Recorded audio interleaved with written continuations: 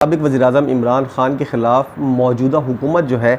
वो किसी किस्म की कोई कार्रवाई कर रही है और मौजूदा हुकूमत जो है वो साबिक़ वज़ीर-ए-आज़म से इंतकाम ले रही है। इस हवाले से एक अहम बात नजम सेठी साहब ने अपने प्रोग्राम में कही है। नजम सेठी साहब का ये बताना है कि साबिक़ वज़ीर-ए-आज़म इमरान ख़ान के ख़िलाफ़ जो कुछ भी हो रहा है पिछले कुछ महीनों से, उसके अंदर इस मौजूदा हुकूमत का किसी किस्म का कोई किरदार नहीं है। तो बज़ाहिर देखकर ऐसा लगता है कि अगर इशारा मौजूदा हुकूमत की तरफ नहीं है तो इशारा जो है वो दूसरी जानिब है। और साबिक़ वज़ीर-ए-आज़म इमरान ख़ान जिस तरह परसों की तकरीर के अंदर न्यूट्रल्स के हवाले से कई अहम बातें कर चुके हैं, जो सोशल मीडिया के ऊपर तो गर्दिश कर रहा है, लेकिन मेन स्ट्रीम मीडिया यानी कि सैटेलाइट टीवी चैनल्स के ऊपर किसी किस्म की कोई बात रिपोर्ट नहीं हुई है जो ज़िक्र साबिक़ वज़ीर-ए-आज़म ने न्यूट्रल्स के हवाले से किया है। हम बात करते हैं इस्टेब्लिशमेंट की। साबिक़ वज़ीर-ए-आज़म इमरान ख़ान और इस्टेब्लिशमेंट के दरमियान आखिर कौन सी ऐसी चीज़ें हैं जिनकी वजह से साबिक़ वज़ीर-ए-आज़म इमरान ख़ान और इनके दरमियान बहुत ज़्यादा फ़ासले पैदा हो गए हैं। साबिक़ वज़ीर-ए-आज़म इमरान ख़ान जो हैं उनको अपोजिशन जब वो वज़ीर-ए-आज़म थे तो उनको सिलेक्टेड के नाम से याद करती थी और पुकारती थी, जो एक तरह से इशारा है कि वो इस्टेब्लिशमेंट के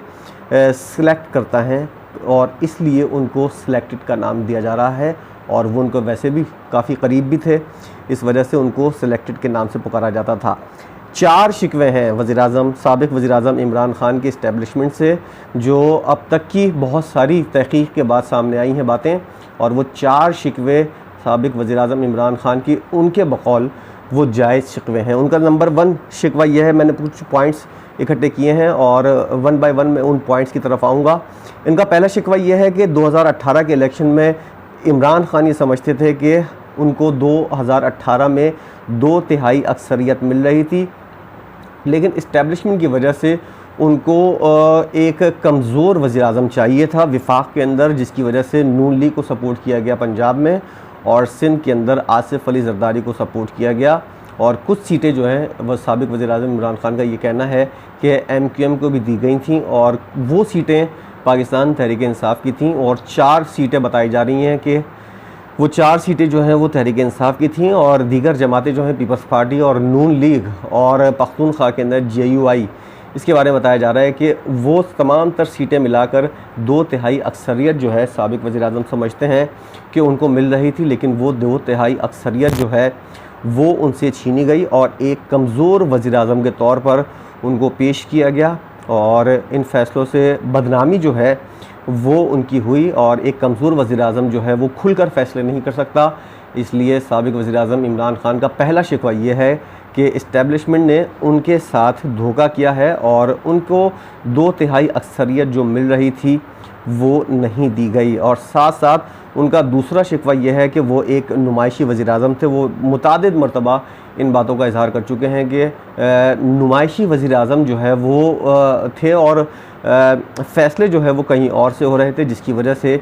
सारा मलबा जो है उन गलत फ़ैसलों का, बक़ौल इमरान ख़ान साहब के, उन गलत फ़ैसलों का जो मलबा था वो उनके ऊपर आता था और बदनामी उनकी हो रही थी, लेकिन फ़ैसले जो है वो कहीं और से किए जा रहे थे। और 3.5 साल के तजर्बे से वो कहते हैं कि इस नतीजे पर पहुँचा हूँ कि उसी के पास इख्तियार होना चाहिए जिसके पास इख्तिदार हो और मुल्क इस बेख्तियारी में नहीं चल सकते। अच्छा, इसके अंदर एक बहुत अहम बात है और इस बात का इज़हार जो है साबिक़ वज़ीर-ए-आज़म इमरान ख़ान कभी भी मीडिया के सामने नहीं करेंगे, लेकिन वो इस बात को समझते हैं। उनकी बातों से ऐसा अंदाज़ा होता है कि साबिक़ वज़ीर-ए-आज़म इमरान ख़ान जो हैं वो बेख्तियारी के मामले पर जो है साबिक़ सदर आसिफ अली ज़रदारी और मियाँ नवाज़ शरीफ के मौक़िफ़ की वो तायद करते हैं और उनका ये समझना है, उनकी बातों से अंदाज़ा होता है और वो इस हद तक, काफ़ी हद तक इस बात को समझते भी हैं, लेकिन वो खुल के कभी भी इस बात का इज़हार नहीं करेंगे कि साबिक़ वज़ीर-ए-आज़म नवाज़ शरीफ और साबिक़ सदर आसिफ अली ज़रदारी इख्तियारात के मामले पर जो शिकवा करते थे और जो ढके छुपे अल्फाज के अंदर वो चीज़ें कहते थे, इस बात का अब जाकर उनको अंदाज़ा हुआ है कि वो सही बातें करते थे। लेकिन हम सोचते ही रहेंगे, इस तरह की कोई बात जो है वो उनके मुंह से कभी सुन नहीं सकेंगे। तीसरा शिकवा साबिक़ वज़ीर-ए-आज़म इमरान ख़ान का इस्टेब्लिशमेंट से ये है कि अपोजिशन को उन तहरीक अदम एतमाद के लिए इस्टेब्लिशमेंट ने इकट्ठा किया था और इस्टेब्लिशमेंट ने इकट्ठा इसलिए किया था ताकि उनकी ख़िलाफ़ तहरीक अदम एतमाद लाई जाए और परसों का जो जलसा था उसके अंदर उन्होंने कुछ टेप्स भी चलाई थी जिसके अंदर कुछ बयानात थे, और उस मौजूदा वज़रा जो उस वक्त तो मौजूदा नहीं थे लेकिन उनके कुछ टीवी क्लिप्स थे, उनमें मरियम नवाज़ थी, एहसन इकबाल थे, राना सनाउल्लाह साहब थे और शायद खाकान अब्बासी साहब थे। उनके क्लिप्स चलाए थे जिसके अंदर वो लोग तमाम लोग ये बातें कर रहे थे कि अगर किसी भी वक्त उस वक्त तहरीक-ए-एतमाद का नामो निशान नहीं था, वज़ीर-ए-आज़म साबिक़ वज़ीर-ए-आज़म इमरान खान जो है वो हुकूमत में थे और उस वक्त जब उनके साथ इंटरव्यू होते थे वो एंटी इस्टेब्लिशमेंट जा रहे थे और इस बात का वो इजहार करते रहते थे और इस बात की सही तरह से खुलकर तायद भी करते थे कि जो है वो इख्तियारात जो हैं वो और तहरीक-ए-एतमाद जो है वो इस्टेब्लिशमेंट की मदद के बग़ैर जो है वो कभी भी नहीं आ सकती। इसलिए उनके वो बयानात सुनाए गए और उसके अंदर ये बातें बताई गईं और इस मामले पर इस्टेब्लिशमेंट के ख़िलाफ़ उनका ये तीसरा शिकवा है और वो समझते हैं कि इस्टेब्लिशमेंट को उनके ख़िलाफ़ हुकूमत के ख़िलाफ़ जो है वो इकट्ठा किया गया। और जब साबिक़ वज़ीर-ए-आज़म इमरान खान ने कहा कि ये समझते हैं, मुतादिद मरतबा वो इस बात का इजहार भी कर चुके हैं कि वो ये समझते हैं कि जब उनको इस्टेब्लिशमेंट की ज़रूरत थी और तहरीक-ए-एतमाद आ रही थी, बजाय वो मेरी मदद करते वो न्यूट्रल हो गए, जिसका अभी तक वो न्यूट्रल्स के नाम से उनको याद करते हैं।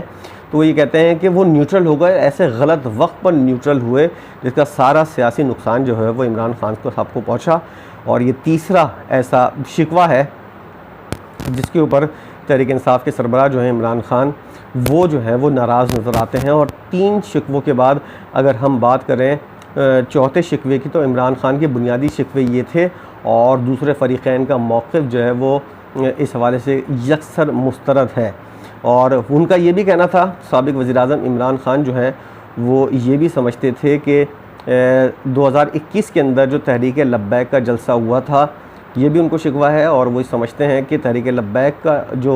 जलसा था और उसके बाद वो धरना हुआ था वो भी इस्टेब्लिशमेंट ने करवाया था, बजाय वो मदद करने के उनके गले पड़ गया। और वो बहुत काफ़ी हद तक इस हवाले से नाराज़ भी हुए थे कि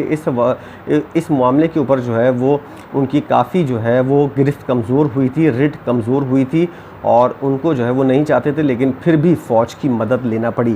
तो 4 शिकवे ये थे पाकिस्तान तहरीक इंसाफ के सरबराह इमरान खान के,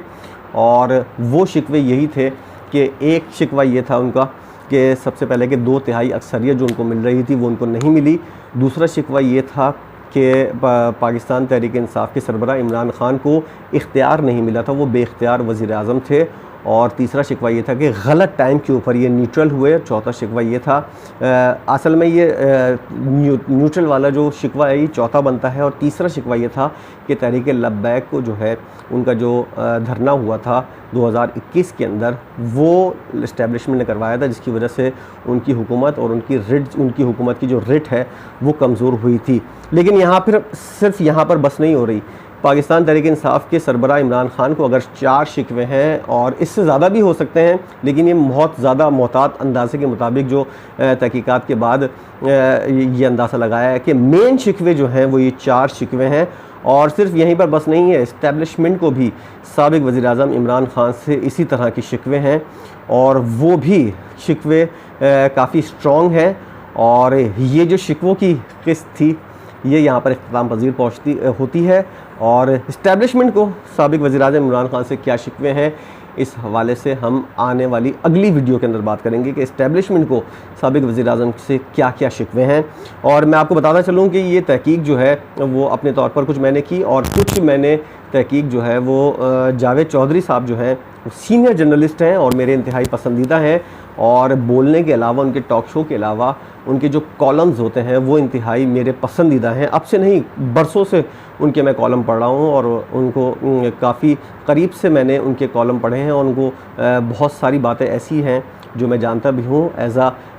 फ़ैन। इस वजह से उनकी भी कुछ कॉलम के अंदर से मैंने चीज़ें निकाली हैं, तो क्रेडिट जाता है इस मेहनत का जावेद चौधरी साहब को। और जो मैंने तहकीक की थी नेट के ज़रिए, उस हवाले से कुछ चीज़ें जो सामने आई हैं। लेकिन इस्टेब्लिशमेंट के जो शिकवे हैं इस हवाले से हम आने वाली वीडियो में बात करेंगे। जब तक के लिए इजाज़त दीजिए, अल्लाह हाफ़िज़।